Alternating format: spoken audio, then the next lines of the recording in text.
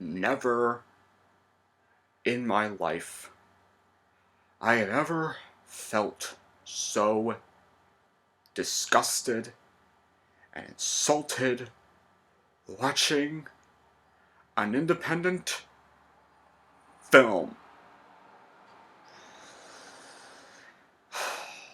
This movie, by the way, was directed by a famous pop singer named Sia. And the movie is called Music. The film stars Kate Hudson, Leslie Odom Jr., and Maddie Ziegler.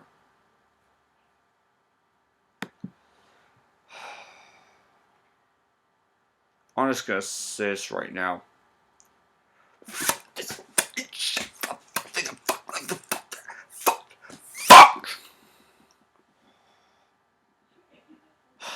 I'm sorry, guys. What I'll explain here, I was saying a bunch of F words and trying to censor them.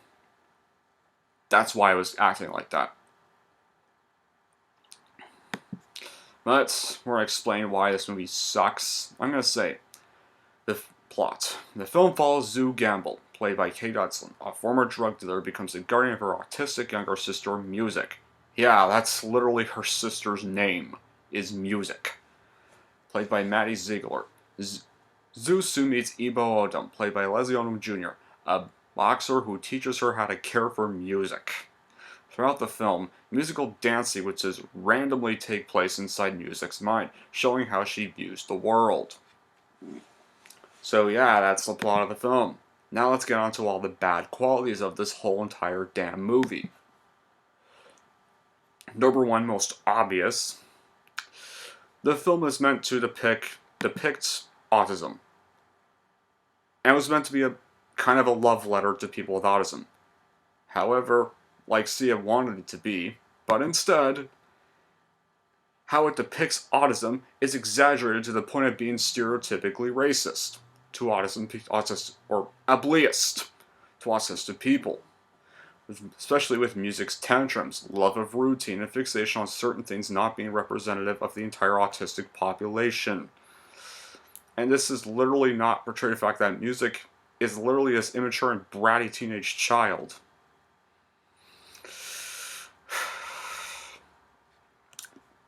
Like, that... I'm not gonna explain it, but the casting of Maddie Ziegler is very stupid as hell, like, because she's neurotypical and she was presumably cast in a role only because she frequently collaborated with Sia. Plus, another miscast problem, Maddie Ziegler is actually not even autistic. Seriously, they should have casted an actual autistic person for this if this was meant to be a portrayal of people with autism. Instead, it's basically an insult to people with autism, and I'm going to get into more why later.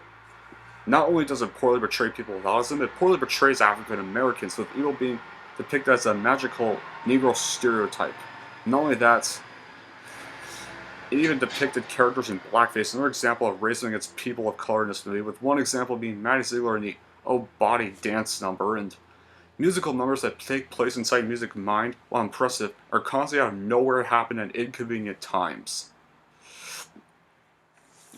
So yeah, like, during this random scene, a musical number in her mind will just randomly pop on, and the musical numbers that pop in her imagination made me feel like I was on drugs when watching this. No, seriously, it really did.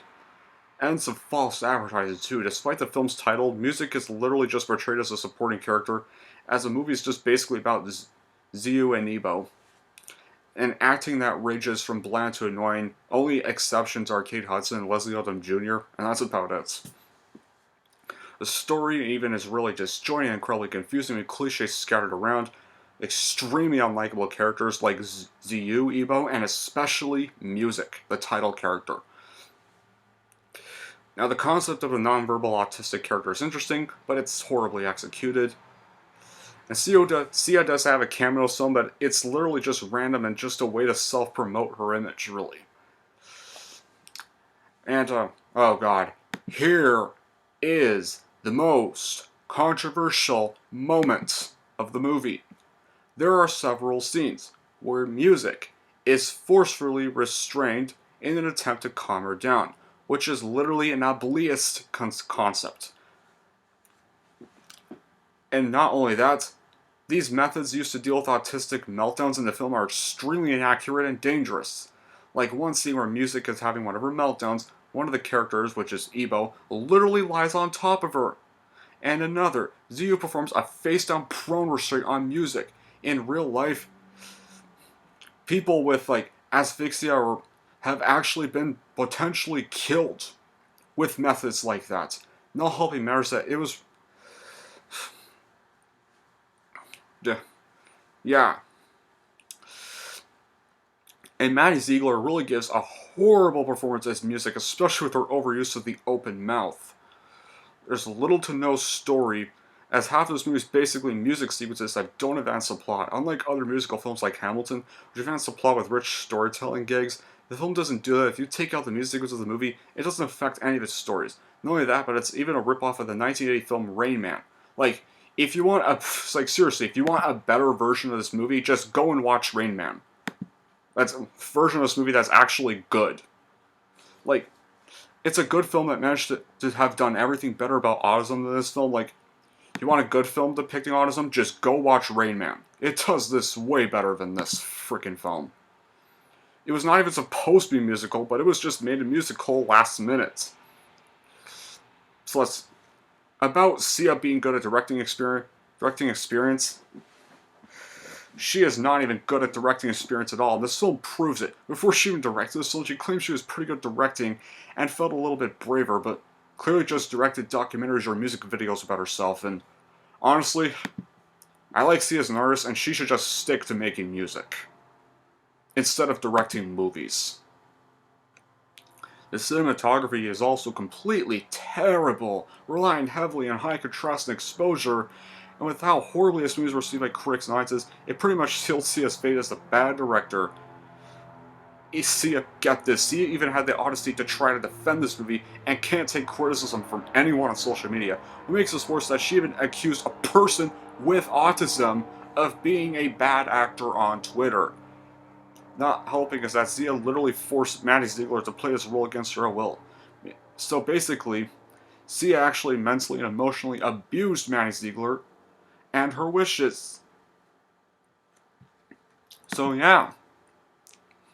So I pretty much now know who Sia really is. Great. Who made music I like, now I know. This isn't the only time I found out who a celebrity I used to like really is. For example, Kevin Spacey. Except Kevin Spacey is a different story. It contains sensory overload. It is too loud and has excessive amount of strobe effects.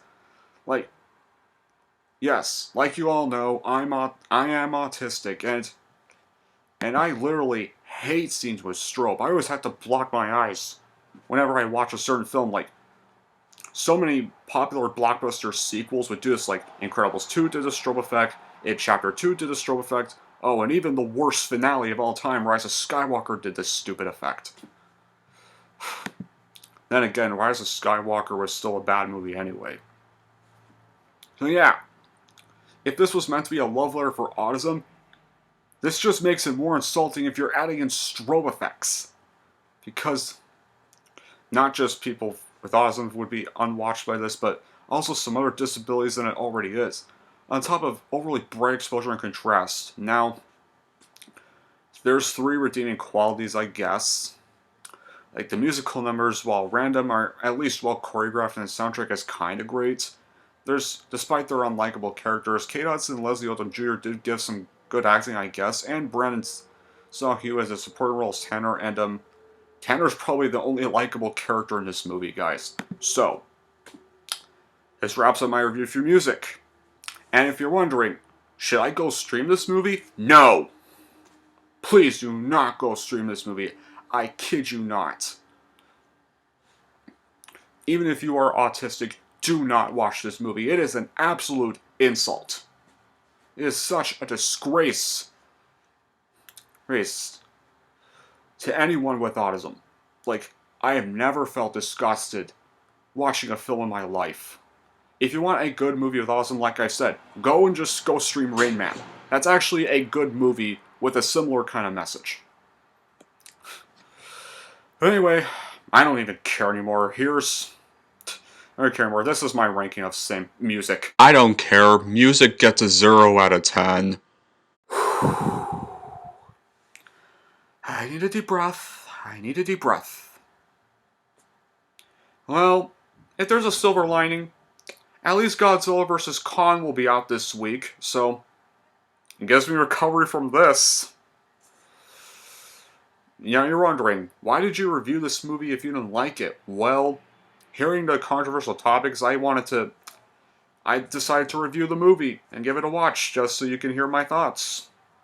So yeah, and probably some of you are probably going to be going, oh come on, Movie Lover 20, this movie's not that bad. You're being a little overreactive. If you have shit taste in movies, is what people like that would probably say.